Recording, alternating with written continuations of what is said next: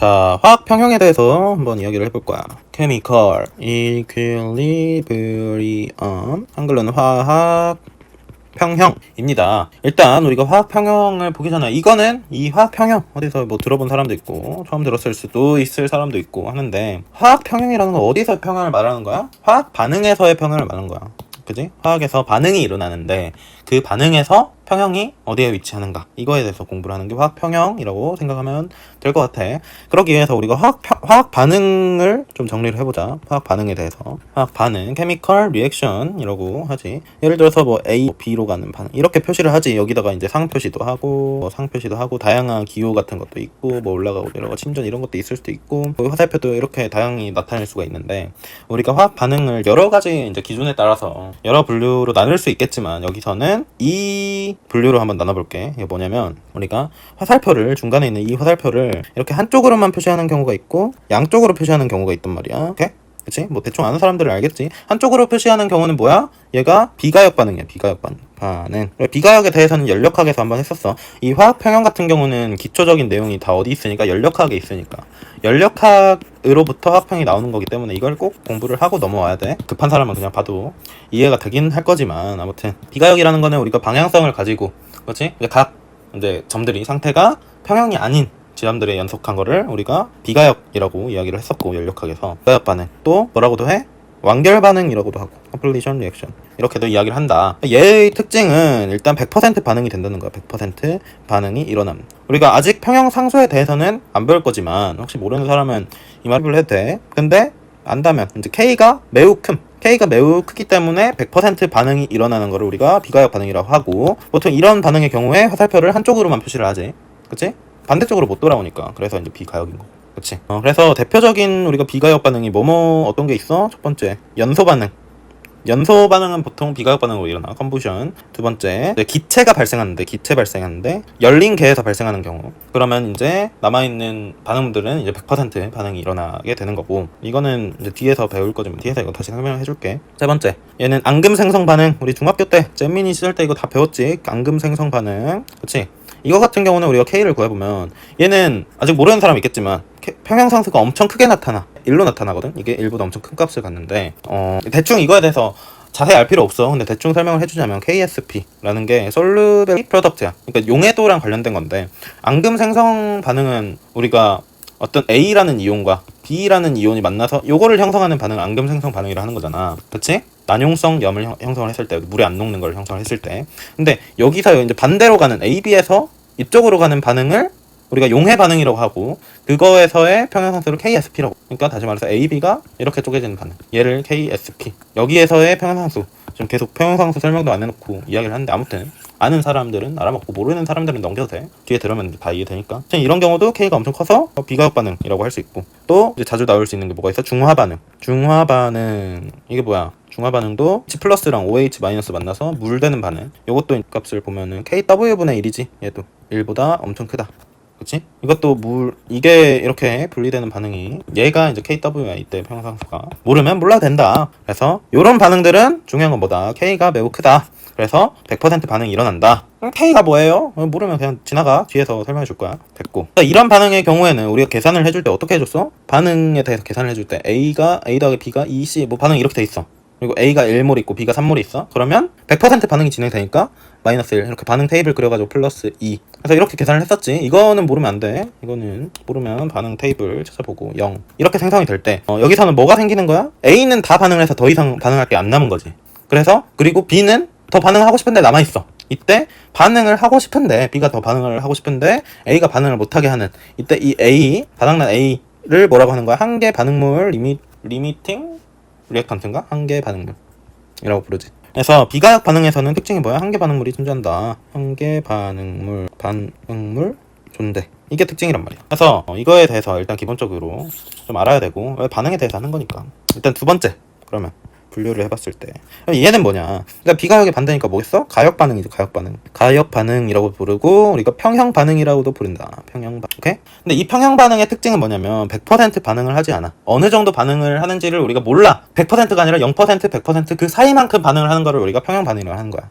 오케이? 평형 반응이고, 이 평형 반응에서 이제 반응물과 생성물이 있겠지. 기본적으로 리액턴트 프로덕트가 있을 때 이 반응물과 생성물의 가장 안정한 조성비가 있을 거야. 조성비 몇 대 몇으로 나뉘었을 때 가장 안정한가, 이거를 생각했을 때 그 조성비를 이제 표현해 주는 게 뭐인 거야? 평형 상수인 거야. 그러니까 평형 반응에서 가장 안정한 조성비가 몇인가, 이게 평형 상수다. 이퀄리브리엄 컨스턴트. 그래서 뭐에서 가장 안정한 조성비야? 화학 반응에서. 반응에서. 여기서 중요한 말이 안정하다는 말이 뭐야? 안정하다는 거는 화학에서 안정하다. 에너지가 낮다는 거지. 안정하다는 무조건. 에너지가 낮다는 건데, 우리가 연력학을 배우고 왔으니까 뭐에 어떤 에너지가 가장 낮을까? 그냥 기본적인 이제 내부 에너지 값이랑 또 뭐를 가지고 있는 자발성이 포함된 우리가 자유 에너지라는 게 가장 낮을 때. 그러니까 안정하다라고 하는 거는 G가 최소다. 그러니까 자유 에너지가 가장 작다라는 걸 여기서 안정하다라고 이야기를 하는 거야. 우리가 반응을 보면은 보통 반응이 진행이 될 때 J자 커브를 만든단 말이야. 반응 진행이 될 때 여기가 반응물에서 이제 생성물을 만드는 거야. 우리가 뭘 봤을 때, 자유에너지 그래프를 봤을 때 여기서 가장 안정한 조성비가 어떤 지점이야? 요 극소점, 요 제일 아래점이 가장 G가 최소인 지점이지. 이때가 뭐인 거야? 평형인 거야. 평형. 그러면 이 지점이 아닌 곳에 있으면 뭐 다른 곳에 있어. 그러면 얘는 안정해지기 위해서 내려오려고 하겠지. 뭐 여기 있으면 이렇게 내려오려고 하겠지. 다른 곳에 있으면 내려오려고 하는데, 여기 있으면 여기를 올려 하고, 다른 곳에 있으면 델타 G가 감소를 하면서, 델타 G가 감소를 하는 게 아니라 G가 감소를 하면서 이제 최저점으로 내려오려고 한다. 근데 평형 지점에 유지가 돼 있으면, 여기가 이제 딱 멈췄어. 내려와서 멈추면은 어떻게 된 거야? 델타 G가 최소고 델타 G는 0인 상태로 머물러 있는 거지. 머물러 있다. 근데 이 머무른 상태가 어떤 상태라고? 가장 안정한 조성비를 갖는 상태다. 그 안정비를, 안정비란다. 안정한 조성비를 우리가 뭐라고 나타낸다? K라고 나타낸다. 평형상수라고 나타낸다. 만약에 평형상수가 너무 커버리면은 얘를 어떻게 생각을 하자? 거의 100% 반응이 가는 거니까 비가역 반응이라고 생각을 해버리는 거야. 100% 반응이 일어난다. 그러니까 우리가 사람이라고 해도 사람도 가장 안정한 조성비가 있잖아. 사람 어떤 사람들이 있어? 남녀가 있어. 남자 여자 조성비가 어떻게 됐을 때 가장 안정해? 1대1이 가장 안정하다. 1대1일 때 요 남자 여자 사이에서 발생한 에너지가 가장 낮은 상태인 거지. 근데 예를 들어서 뭐 공대, 군대 이런 데 가봐. 남자 여자 몇 대 몇이야. 공대 우리 학교 어딘지는 안 말하겠지만 몇 대 몇이야. 4대1, 5대1. 장난해? 이러니까 에너지가 이제 어떻게 되는 거야? 자유에너지가 5대1이면 자유에너지가 엄청 높아져 불안정해진단 말이야. 그래서 이제 뭐 어떤 곳에서 막 문제가 발생을 해. 이게 또 내가 이론이 하나가 있는데, 성비가 이렇게 불균형한 곳에서 생기는 모든 문제는 다 어디서부터 시작된다? 남녀 성비에서부터 시작된다. 성비. 우리가 인간을 가장 기초적인 원초적인 분류, 인간을 원초적으로 분류할 때 뭐야? 남과 여야. 이 남녀 비율이 1대1이 돼야 이제 가장 안정한데, 가장 원초적인 분류가 남과 여자. 이게 안 맞으면 얼마나 불안정해. 에너지가 너무 높아져. 그래서 이제 뭐 온갖 곳에서 문제가 발생하는 거야. 다 뭐에서? 성비에서. 오케이? 그래서 사람도 이렇게 안정한 조성비를 갖고, 이제 만약에 조성비가 뒤틀려져 2대1 되면은 여자가 1이고 남자가 2야. 그러면 안정해지려고 여자가 더 들어와서 비율을 몇 대 몇으로 맞춰야 안정해지는 거야? 1대1로 맞추겠지. 안정해지기 위해서. 지구상의 인구가. 근데 화학 물질들도 마찬가지다. 화학 반응에서 반응물과 생성물의 어떤 특정한 조성 비율이 있는데, 그게 안정한 조성비가 있는데 만약에 다른 지점에 있어. 그러면 이쪽으로 오려고 한단 말이지. 성비를 맞추고. 그렇게 생각을 하면 된다. 그리고 여기에서 요거 한번 알려줄게. 내가 이거 J자 커브 이렇게 이야기를 하거든. 요게 나타나는 이유가 이제 있는데, 반응이 일어날 때 이거는 살짝 어려운 내용이라서 안 볼 사람은 뛰어넘어도 돼. 일단 반응물 자체가 가지고 있는 깁스 자유 에너지가 있고, 생성물 자체가 가지고 있는 깁스 에너지가 있을 거 아니야. 이렇게 있을 때 여기 세로축이 G라고 해봐. 그랬을 때 반응물하고 생성물 두 개만 있다 했을 때 프로덕트의 분율, 이거를 봐보자. 분율이 1이 되고 0이 돼. 이렇게 된다 하면은 여기는 어떤 지점이겠어? 여기는 반응물 프로덕트 100%인 구간이고, 얘는 리액턴트가 100%인 지점이겠지. 둘 사이에 상호작용, 뭐 혼합을 가정하지 않는다고 한다면, 그러니까 여기 이 지점에서는 뭐만 있겠어? 그냥 반응물 자체의 자유 에너지만 가지고 있을 테고, 이 생성물 100%인 지점에는 P 고유의 자유 에너지 값만 가지고 있을 거야. 그리고 얘네가 섞이게 되면은 이 그래프는 어떻게 나타날 거야? 얘는 선형적으로 이렇게 나타나겠지. 그렇지? 섞이게 된다면 당연하지. 섞이는 비율이 선형적으로 변하니까 이렇게 직선형으로 나오게 돼 있는데, 근데 만약에 여기는 지금 혼합 효과를 생각을 안 한 거야. 얘네들이 상호작용을 하는 게 아니라 그냥 단순히 섞었을 때, 수를 그냥 섞었을 때. 그러니까 이 지점은 예를 들어서 R이 1개, R 비율이 더 높으니까 R이 2개, P 1개 이렇게 그냥 섞어서 더해놓은 거야. 그럼 이 지점이 된다고. 근데 혼합을 고려를 해보자고. 혼합시, 물질 혼합시. 이거는 우리가 용액 파트에서 공부를 할 내용이거든. 물질 혼합을 할 때 델타 G 자유에너지의 변화가 생겨. 그 두 가지 물질을 전체적인 계로 잡았을 때 그 계의 에너지 변화가 생기는데 그 에너지가 어떻게 되냐면 nRT의 x ln xa 더하기 xp의 ln xp 이렇게 식이 쓰이게 된다. 근데 이 그래프 형태 얘는 안 해도 돼, 몰라도 돼. 이거 그냥 들어. 왜 대입자 형태가 되나 설명해주고 있으니까. 할 때 이 델타 G 그래프의 모양을 한번 봐보면 어떻게 되냐면 이렇게 있고, 이게 델타 G가 있고 뭐 XA에 대해서 그려본다 하면은 그래프가 이렇게 아래로 볼록한 모양을 갖게 된다.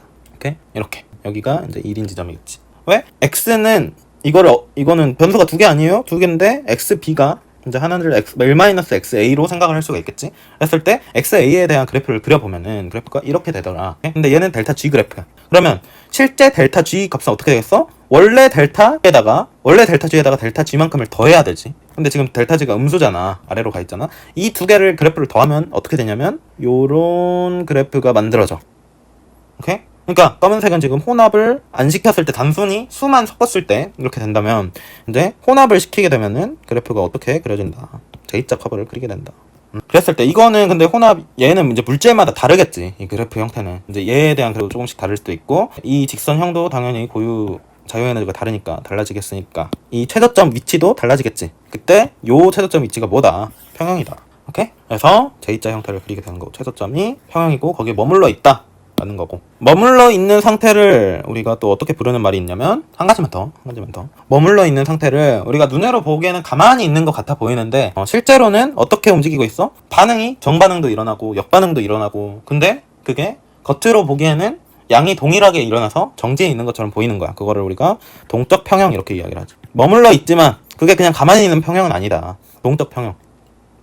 오케이? 그러니까 다이나믹 이퀄리브리엄. 그래서 우리가 정반응 속도랑 포워드 그리고 리버스 역반응 속도랑 같은 이 동적 평형 상태에 놓여 있는 평형 상태가 되게 된다라는 거지. 오케이? 그래서 뭐 지금 화학 평형 한다면서 쓸데없이 반응만 분류해놨네. 화학 반응이 두 가지가 있는데 비가역 반응이 있고 가역 반응이 있다. 아, 그리고 가역 반응에서는 요 계산을 할 때 똑같이 1, 3 이렇게 있다 했을 때 얘는 몇 % 반응하는지를 몰라.